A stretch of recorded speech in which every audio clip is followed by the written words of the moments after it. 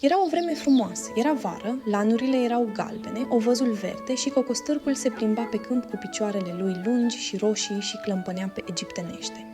De jur împrejurul câmpurilor și al pășunilor erau păduri mari și în mijlocul pădurilor heleșteie adânci. Ce frumos era pretutindeni! Pe locurile acestea era un conac vechi, înconjurat de șanțuri adânci. De la ziduri până la apă găseai tot pălării așa de înalte, încât unui copil, stând în picioare printre ele, nu i s-ar fi văzut capul. Și erau așa de dese și de încălcite că te puteai rătăci prin ele ca în pădure. În bălăriile acestea ședea o rață în cuib și clocea. Până să iasă pui, rața se plictisea grozav. Nimeni nu venea să vadă ce mai face. Celelalte rațe mai bine se plimbau pe apă decât să vie până aici sus, să se așeze sub umbrusture și să stea de vorbă cu dânsa.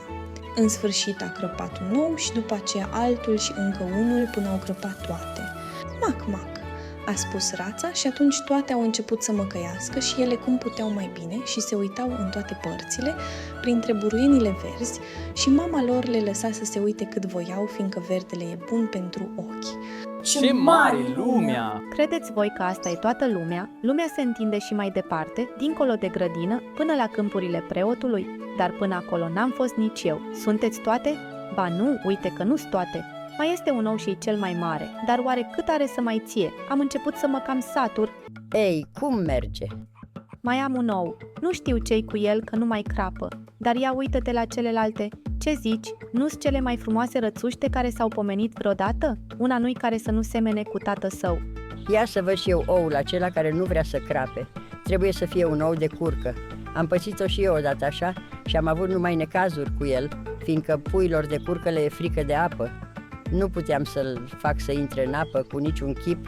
Mă căiam cât mă ținea gâtlejul, dar tot degeaba. Ia să văd oul. Ăsta e oul. Da, e de curcă. Mai bine lasă-l și învață-ți copilașii să note.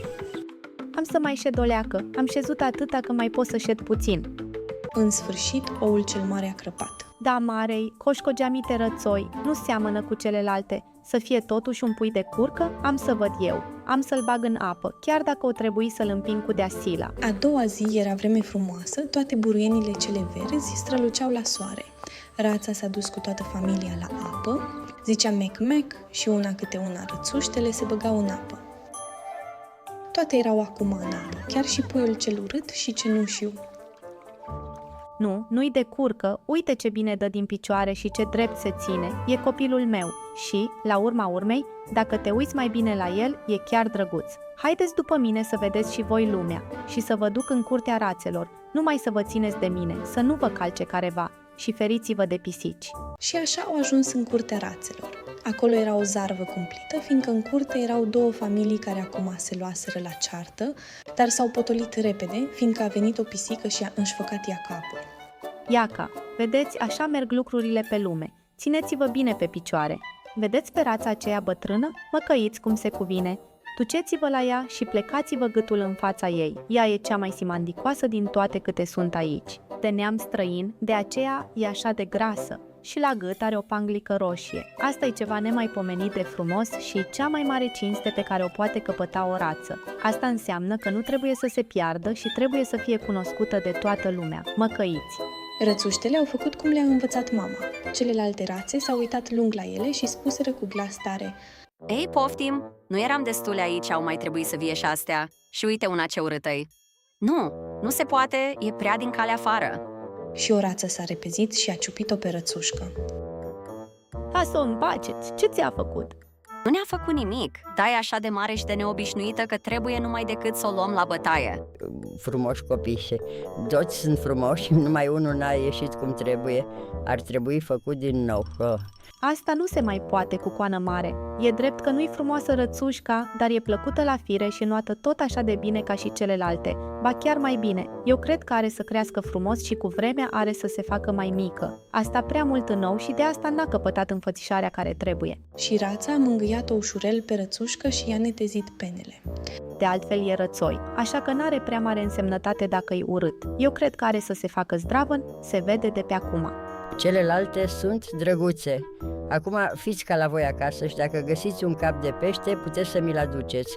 Și așa au rămas aici ca la ele acasă. Pe biata rățușcă însă, aceea care ieșise din ou cea din urmă și era așa de urâtă, toate rațele celelalte o ciupeau, o înghionteau. Și nu numai rațele, dar și găinile. Ai, prea mare, ziceau toate orătăniile din curte, iar curcanul, crezându-se un adevărat împărat, se umfla ca o corabie cu toate pânzele sus, repezindu-se la rățușcă și tușind de câteva ori mânios. Săraca rățușcă nu mai știa unde să se ducă și ce să facă.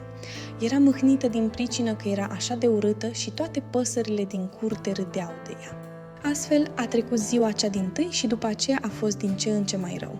Pe rățușcă toți o alungau și chiar și surorile ei o ocărau și spuneau: Te aprinde odată pisica, urcioasă ce ești. Bine ar fi să pleci și să nu te mai văd. Rățușca n-a mai putut răbda și a sărit peste gard. Păsările de prin stufișuri au zburat care încotro, speriate.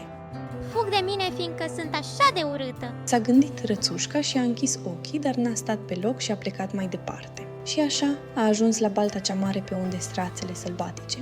Aici a stat toată noaptea, ostenită și amărâtă. Dimineața rațele sălbatice s-au înălțat din stuf și s-au pregătit să zboare. Când au văzut pe tovarășa lor cea nouă, s-au uitat lung la ea. Ce fel de pasăre ești tu? Ești tare ciudată. Grozav ești de urâtă, dar, în sfârșit, nouă puțin ne pasă de asta. Numai să nu te măriți cu careva din neamul nostru. Biata Rățușcă nu se gândea să se căsătorească. Doar atâta voia, să stea și ea în stuf și să bea puțintică apă de baltă. A stat ea acolo 2 zile. După aceea au venit 2 gâște sălbatice, sau mai bine zis 2 gânsaci sălbatici. Nu era mult de când ieșiseră din ou și de aceea erau așa de îndrăzneți. Ascultă, fârtate, ești așa de urât încât ești chiar pe placul nostru. Vrei să vii cu noi și să fii pasăre călătoare? Aici, alături, în altă mlaștină, sunt câteva gâște sălbatice foarte drăguțe, toate domnișoare și toate pot să spună ga, ga, ga. Așa că poți să-ți găsești norocul chiar așa urât cum ești? Urât? Deodată s-a auzit. Și cei 2 gânsaci au căzut în stuf și Rățușca a luat-o la fugă. Era vânătoare mare. Vânătorii stăteau de jur împrejurul papurăriei și unii ședeau chiar pe ramurile copacilor care se întindeau deasupra stufului. Fumul albastru al prafului de pușcă plutea ca un nor peste copacii întunecați și se împrăștia pe ape. Câinii au venit până la baltă. Trosc, trosc, se auzea din toate părțile cum trosnea papura. Săraca Rățușcă nu mai putea de spaimă. Își întorcea capul ca să și-l ascundă sub apă și chiar în clipa aceea un câine mare și fioros a răsărit lângă ea. Limba îi spânzura din gură și ochii îi luceau groaznic. Și-a întins botul spre Rățușcă. Și-a rânjit dinții și a plecat de acolo fără să o înșface. Mulțumesc, Doamne! Sunt așa de urâtă încât nici câinii nu vor să mă muște. Rățușca a stat pitită în timp ce grindina de alice cădea peste papură. Abia mai târziu s-a făcut liniște. Biata Rățușcă tot nu îndrăznea să se miște. A mai așteptat câteva ceasuri până să se urnească. A ieșit din baltă și a plecat cât a putut de repede, luând-o peste câmp, numai că mergea cam greu, din pricină că se stârnise furtună și vântul vâjâia.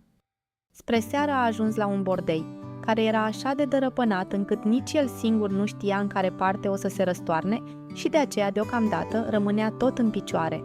Așa de tare bătea vântul, încât Rățușca a trebuit să se ghemuiască jos lângă bordei și să se sprijine de el ca să nu cadă. Deodată Rățușca a văzut că ușa de la bordei ieșise dintr-o țâțână și atârna strâmbă, așa că prin deschizătură puteai să pătrunzi înăuntru. Ca să scape de vânt, a intrat în bordei. În colibă stătea o babă cu un motan și o găină. Motanul știa să se alinte, să toarcă. Găina avea picioare mici și scurte și făcea ouă și baba o iubea ca pe copilul ei. Dimineața, toți au dat cu ochii de Rățușcă și motanul a început să toarcă și găina să cotcodăcească. Chiar îmi pare bine. Acum o să am ouă de rață, numai de n-ar fi rățoi. Trebuie să o punem la încercare. Și Rățușca a fost pusă la încercare timp de 3 săptămâni. Dar ouă nu a făcut și motanul era stăpânul casei și găina stăpâna și mereu ziceau noi și lumea, fiindcă își închipuiau că jumătate din lume erau ei și, bineînțeles, jumătatea cea mai faină. Rățușca spunea că în privința asta mai puteau fi și alte păreri, dar găina nici nu voia să stea de vorbă. Poți să faci ouă? Nu, nu pot. Poți să te alinți și să torci? Nu, nu pot. Atunci n-ai voie să ai o părere când vorbesc alții mai înțelepți ca tine. Rățușca ședea într-un colț și era fără chef. Deodată și-a adus aminte de aerul curat de afară și de lumina soarelui și a cuprins odorul de apă și o poftă grozavă să înnoate. Nu s-a putut opri și i-a spus și găinii: Ce te-a apucat? N-ai nicio treabă și de asta îți trec prin cap tot felul de prostii. Fă ouă sau toarce și ai să vezi că nu te mai gândești la fleacuri. Dar e așa de frumos să plutești pe apă. E așa de plăcut să te bagi cu capul în apă și să te dai la fund. Ce mai plăcere și asta? Ai nebunit. Ea întreabă pe motan, care e cel mai înțelept din toți motanii, dacă lui îi place să înoate sau să se scufunde în apă. Despre mine nici nu mai vorbesc. Întreabă și pe stăpâna noastră cea bătrână, care e mai înțeleaptă decât toți pe lume. Crezi tu că ea are poftă să nuate și să se bage cu capul în apă? Voi nu mă înțelegeți. Nu te înțelegem? Atunci cine te-o fi înțelegând? Doar noi fi vrând să fii tu mai deșteaptă decât motanul și decât baba, ca să nu mai pomenesc și de mine. Nu-ți împuia capul cu prostii, copilă, și mulțumește bunului Dumnezeu de norocul pe care ți l-a dat. Nu ești mulțumită că stai în casă la căldură și că ai de la cine să înveți lucruri folositoare, dar tu ești numai o moftangioaică și cu tine nu-i chip de stat de vorbă. Eu îți vreau binele, îți spun lucruri care poate nu-ți plac, dar să știi că numai prietenii adevărați vorbesc așa. Eu zic să înveți să faci ouă sau să torci. Eu cred că am să plec în lumea largă. Atunci pleacă. Și Rățușca a plecat, dar nicio vietate nu se uita la ea, așa era de urâtă. A venit toamna, frunzele pădurii s-au îngălbenit și s-au uscat, vântul le smulgea și le împrăștia, era frig, norii atârnau grei și albi de zăpadă. Pe gard stătea un corb și făcea crăr de frig, te prindea frigul numai când îl auzeai, biata Rățușcă n-o ducea deloc bine. Într-o seară, când tocmai asfințea frumos soarele, a venit un câr de păsări mari și minunate. Rățușca nu mai văzuse niciodată păsări așa de frumoase. Erau albe ca zăpada și aveau niște gâturi lungi și mlădioase. Erau lebede. Glasul lor avea un sunet cu totul deosebit. Au stat puțin, apoi și-au întins aripile largi și mărețe și au plecat mai departe în țările calde cu lacuri albastre. S-au înălțat sus de tot și pe Rățușca cea urâtă a cuprins-o o neliniște ciudată. Nu mai putea sta locului. Se tot învârtea în apă ca titirezul, își tot lungea gâtul în sus către lebede și scotea niște țipete așa de ascuțite și de neobișnuite, încât se speria și ea. Nu putea să uite păsările acelea frumoase și fericite. Nu știa cum le cheamă pe păsări, nu știa încotro au plecat, dar îi erau dragi cum nu-i mai fusese nimeni drag vreodată. Nu le pismuia. Cum s-ar fi putut ea gândi să dorească o asemenea frumusețe?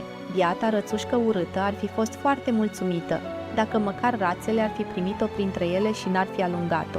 Iarna era tot mai grea. Rățușca trebuia să nuate toată vremea încolo și încoace, ca să nu lase apa să înghețe cu totul. Noaptea însă copca în care stătea ea se făcuse tot mai îngustă.